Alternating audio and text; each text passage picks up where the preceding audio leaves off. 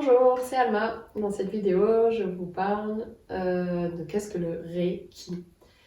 Et bien dans le Reiki, il y a deux composantes, il y a Rei et il y a Ki. Et donc le Ki, on retrouve... En fait, le Ki japonais, c'est la même chose que le Chi chinois. Vous savez, celui du Qigong, du Tai Chi, qu'on retrouve aussi dans le Kung Fu.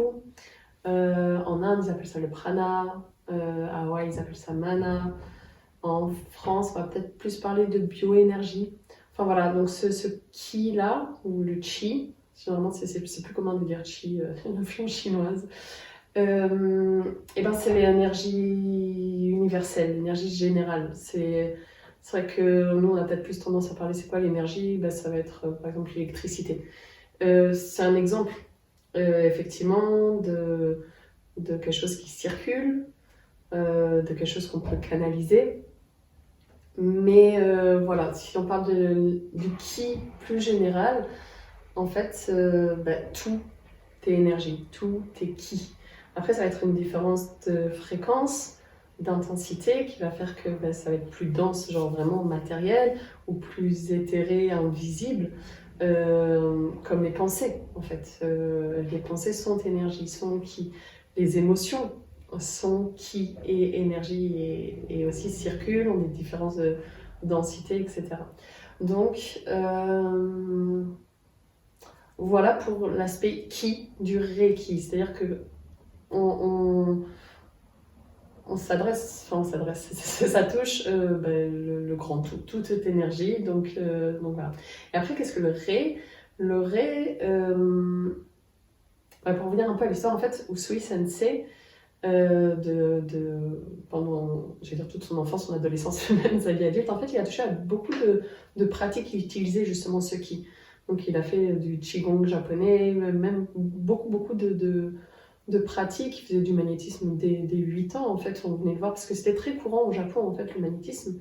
Déjà, voilà, juste par imposition des mains, de faire circuler l'énergie, de prodiguer l'énergie, c'était très connu et courant. Donc voilà, tout au long de sa vie, il a vraiment manié le ki de différentes manières, mais à chaque fois en lui imprimant une certaine volonté, en le dirigeant comme le qigong, etc.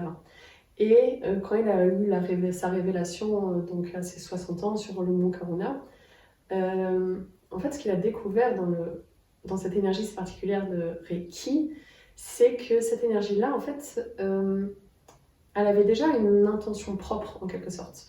Elle était déjà intelligemment dirigée. Donc c'est ça que vient dire le Ré, c'est qu'elle agit déjà par elle-même.